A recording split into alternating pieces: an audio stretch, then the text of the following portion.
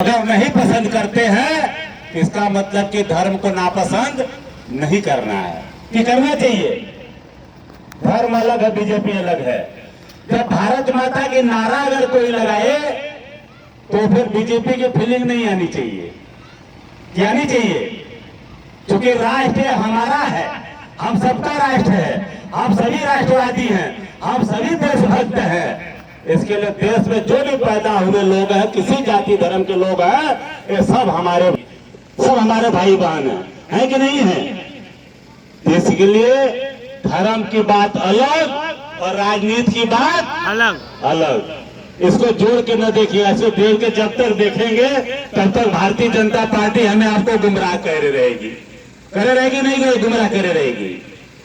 अरे गुमराह करने वाली पार्टी है, हमारा आपका हक अधिकार।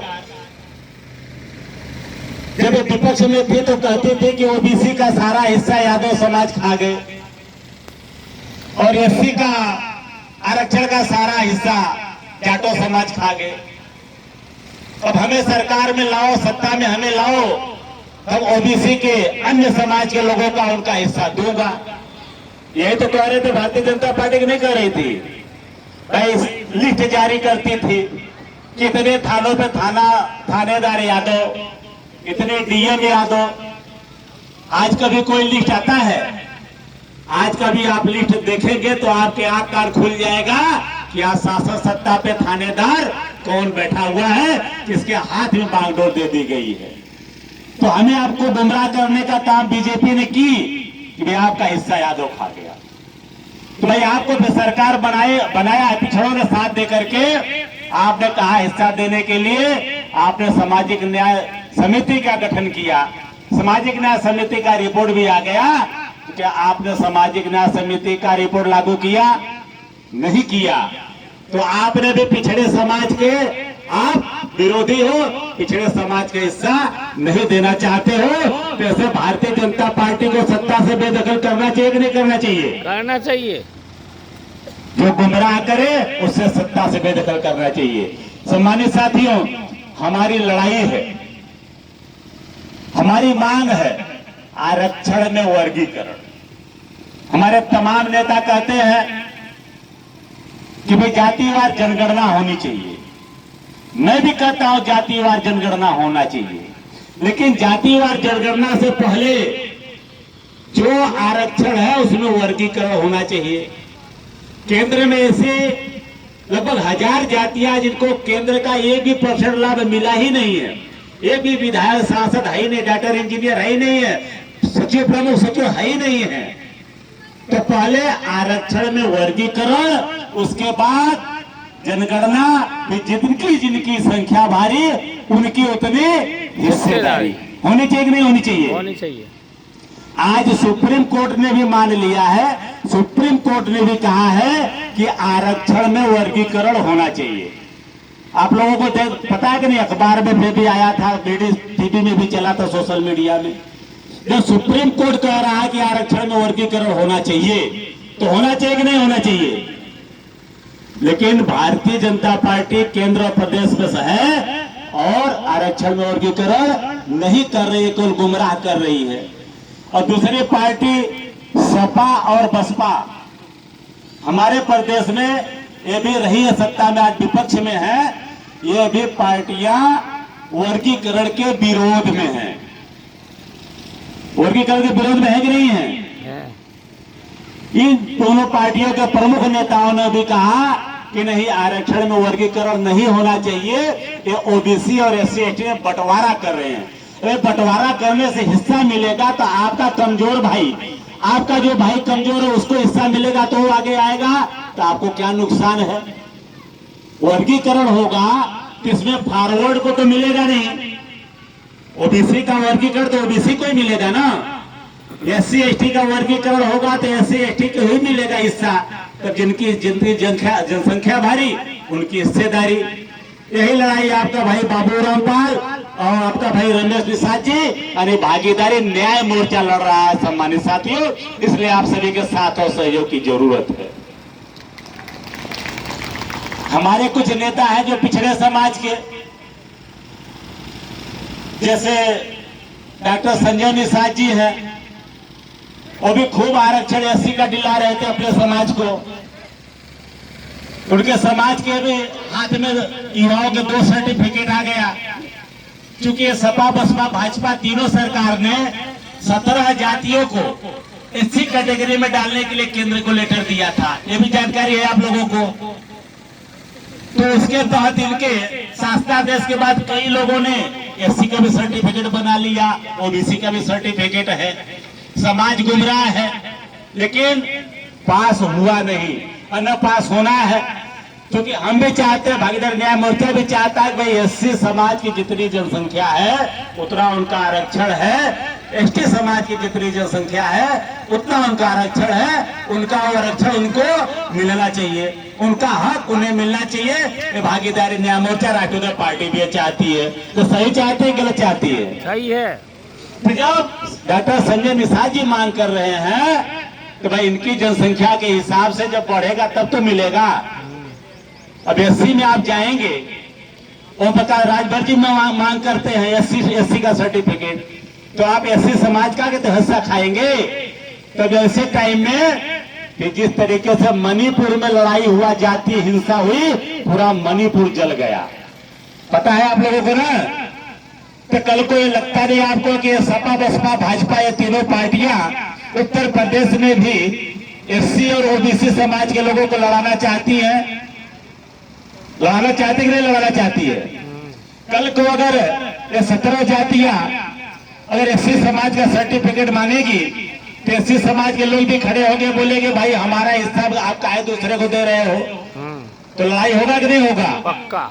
और यही लड़ाई मणिपुर में भी हुआ था।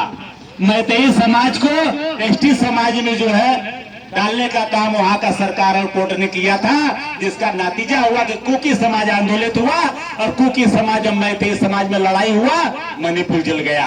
तो हम उत्तर प्रदेश को जलने नहीं देंगे और किसी समाज को एससी एसटी का हक खाने नहीं देंगे। जिसका जो समाज का हिस्सा है उसका हिस्सा मिलना चाहिए। इसकी लड़ाई आपका भाई बाबू रामपाल हो रहा है। जिंदाबाद जिंदाबाद जिंदाबाद। बहुत बहुत धन्यवाद अशोक भैया, बहुत क्रांतिकारी हैं। ये लड़ाई सही है कि गलत है सम्मानित साथियों? सही है। इसलिए हम चाहते हैं कि सबसे पहले तो आरक्षण में वर्गीकरण करके जितनी जनसंख्या है उस हिसाब से आप उनको आरक्षण दें, ताकि उनके भी बेटा पढ़ लिख करके वो भी मुख्य धारा में आ सके, राजनीति में मुख्य धारा में आ सके और अपनी बिगड़ी स्वयं बना सके। इससे व्यवस्था के तहत से देश चलता है महोदय, व्यवस्था के तहत समाज भी चलता है। हमने देखा बचपन में, चूंकि पाल समाज में जन्म लेने के नाते मैं पशुपालन मतलब गैया का चरवाहा था, गैया चराया करता था। स्कूलिया के गले में बंधी हुई है, रस्सी छूटी नहीं और मौत हो गई, चाहे गाय बुजुर्ग हो और चाहे बीमार।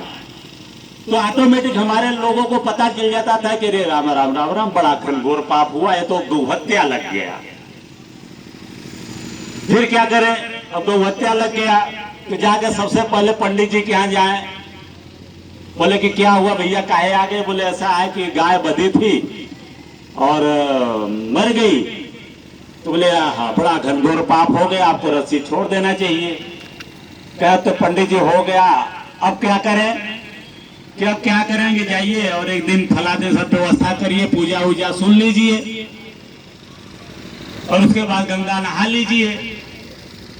तो पूजा वूजा किए, जो भी 1500-2000 खर्चा वर्चा किए, पूजा वूजा करने के बाद फिर बोले अभी क्या?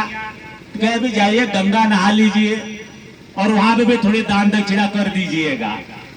क्योंकि इनका एक भाई गंगा किनारे में बैठे थे, अब बैठे रहते, कहीं भी आप जाए, चाहे चित्रकूट जाए, चाहे काशी जाए, चाहे प्रयागराज जाए, गंगा किनारे वहां भी पोथी पत्रा लेके बैठे हैं।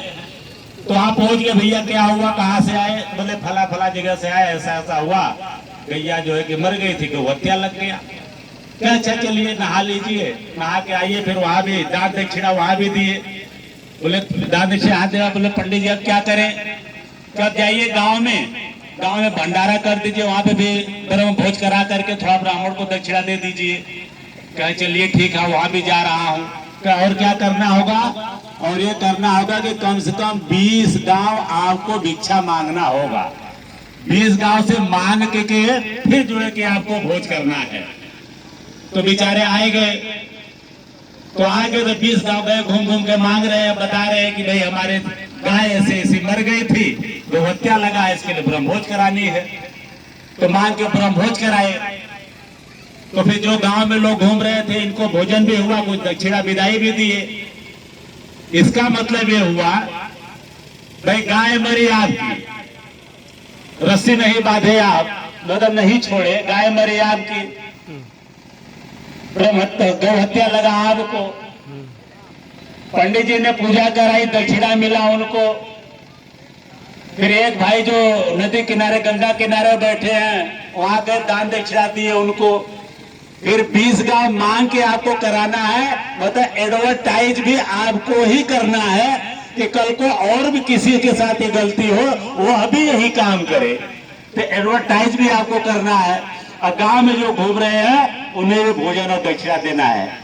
यह होता है, आप लोग जानते हैं कि नहीं जानते? आप तरफ होता है कि नहीं होता है? बिल्कुल सही बात है। होता है आप तरफ? सही है। माता जी लोग, बहन जी लोग, जानकारी है? होता है।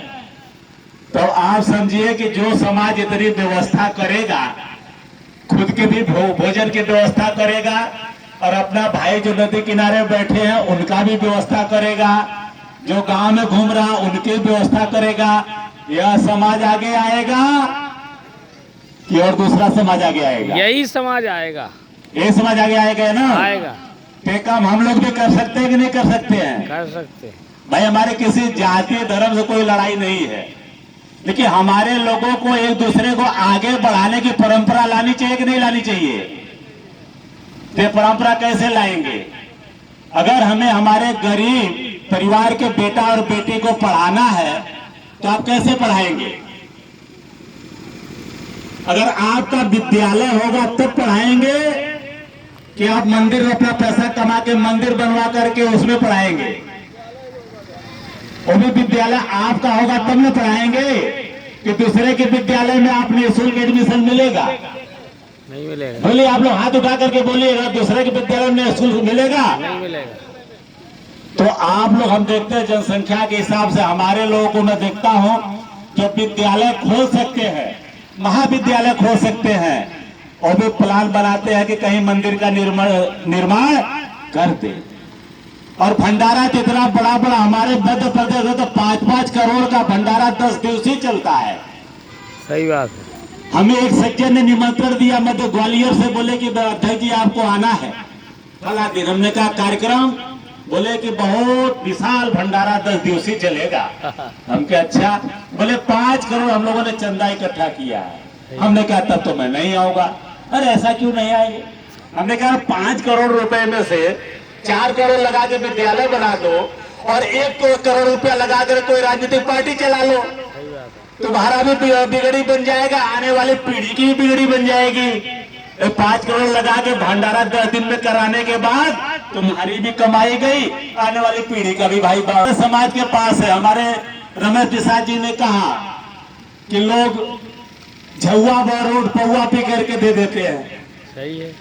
लेकिन अध्यक्ष मैं आपको बता दूं, हमारे लोग जो है वो पौवा के चक्कर में नहीं जाते हैं।